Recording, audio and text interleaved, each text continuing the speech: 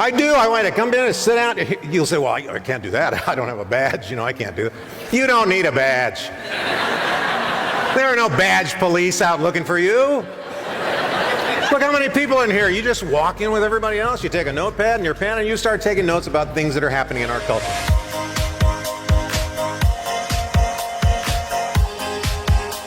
Here's a good example. This is the CVS pharmacy, and they have 6,000 locations. And so I'm in Toronto, and they're celebrating their 50th anniversary.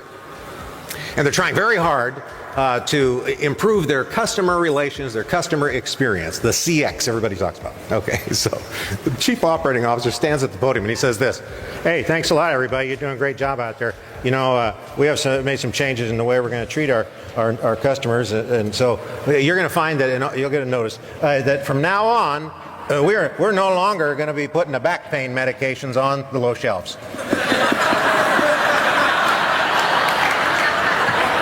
Are you kidding me? For 50 years, you're making these people go in there. No, I can get it. I got that. I got it. I got it.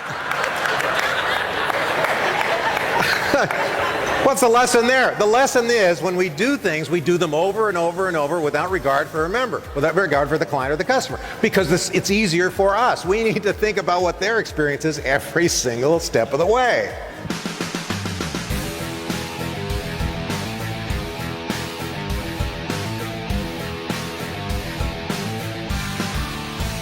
We've always been taught to wow our customers, haven't we? I've been making HR training films since 1999, and that's what we said. We've got to make an impression on people. We have to wow them. They have to have such an emotional reaction they'll tell their friends. Wowing people does not cause loyalty. It is the elimination of the pow moments.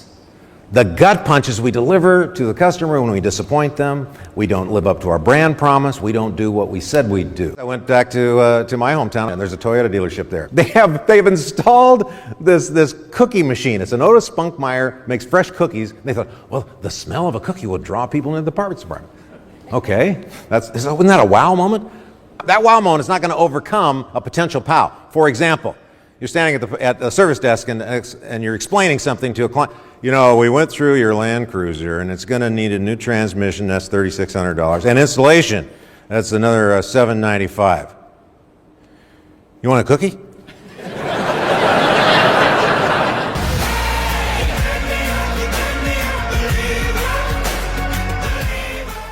I grew up with nothing. I'm Blackfoot Indian, grew up on 2 reservations. At 13 years old, I started flipping cars, boats, and motorcycles. At 17, I started flipping houses. And I had enough money at that point that I went to college, and luckily I had a football scholarship to a university, and played football through college and got my business degree. As soon as I got out, I did not go to work for anybody. Instead, I went down to the bankruptcy courts, and I started looking for broken businesses that I could buy. I ended up with a couple dozen. And all I was doing was leveraging into what the herd was telling me. That's kind of the first rule of a young Indian boy. Do you want to be successful in the hunt? Well, you got to follow the herd. And when you follow the herd, you find the herd. There's something you may not know. Vegan is an Indian word. It means a bad hunter.